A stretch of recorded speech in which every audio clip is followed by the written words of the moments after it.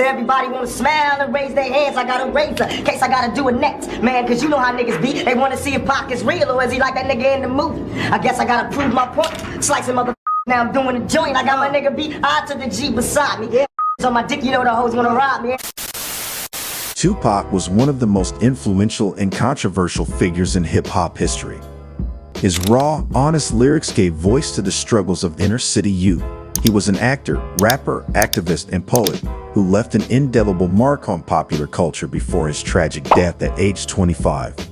This is the story of how an inspired young artist from East Harlem rose to superstardom, became a revolutionary voice for his generation, and achieved an iconic status usually reserved for legends twice his age. Early life and influences. Tupac was born in 1971 in East Harlem, New York, to an active member of the Black Panther Party. His childhood was shaped by the harsh realities of racism, violence, and poverty endemic to the inner cities.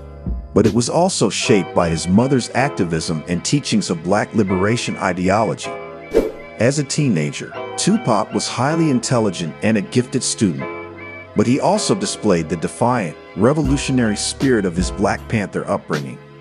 He joined a Baltimore theater group and discovered his talents for poetry, acting, and dance.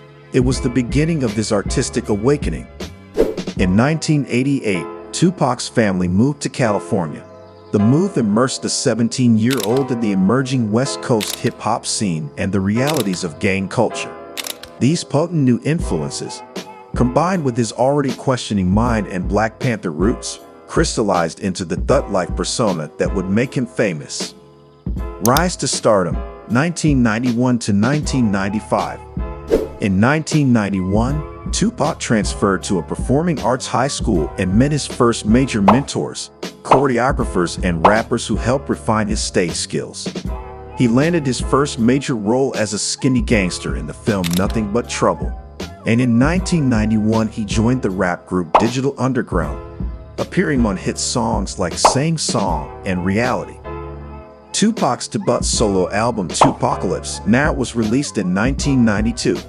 Its confrontational, anti-establishment lyrics about racism, police brutality, and teenage pregnancy generated both massive sales and controversy.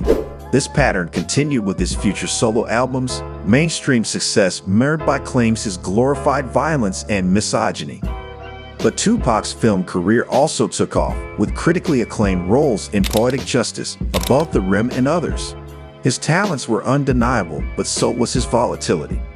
Throughout this period, Tupac accumulated a lengthy criminal record of charges for assault, harassment, and more. The image of Tupac as a thug poet persona blending hardened street cred and artistic vision was cemented. He attracted legions of young fans drawn to his authenticity and activism around real issues of injustice. But he also had powerful critics who saw a dangerous glamorization of criminality. Jada Pinkett Smith, lifelong friend. We have to talk about one of Tupac's most iconic relationships, his deep platonic friendship with actress Jada Pinkett Smith.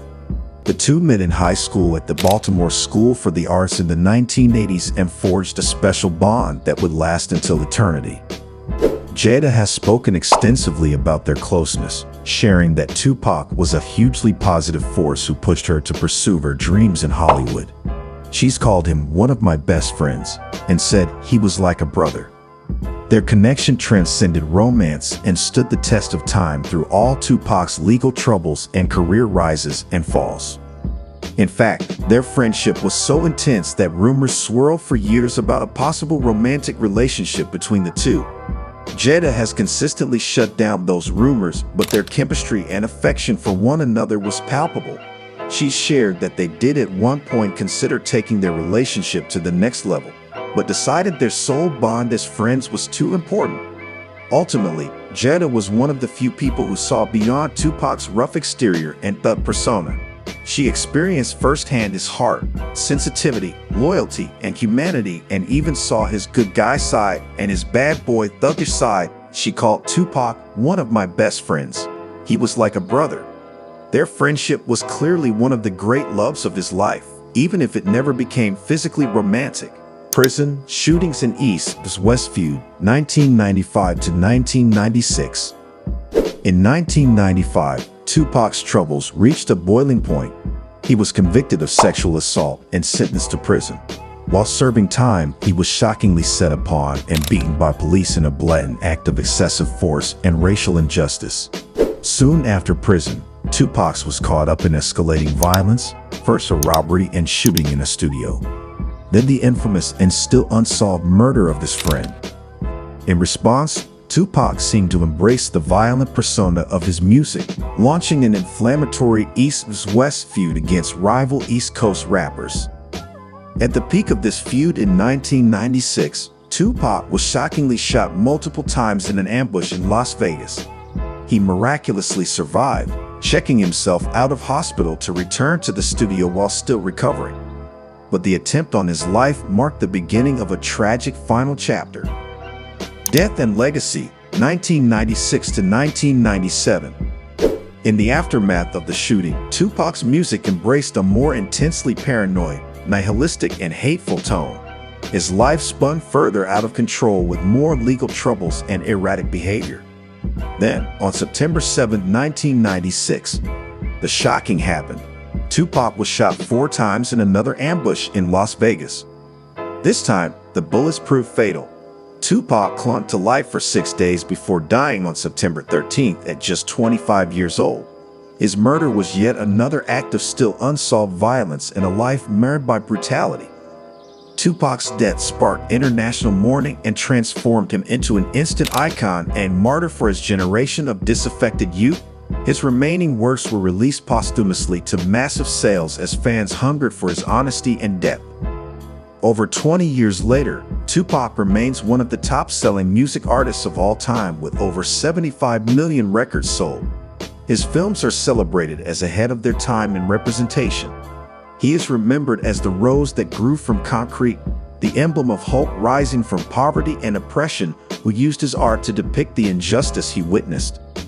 Tupac's complex duality, of thug and poet, revolutionary and destructive force, endures because it mirrored the conflicted spirit of his turbulent times. He will forever epitomize the heroism and tragedy of an uncompromising artist taken before his time. The payoff, from the playgrounds of Harlem to the stage of the world, Tupac's journey was the embodiment of perseverance, truth, and fighting for something bigger than oneself.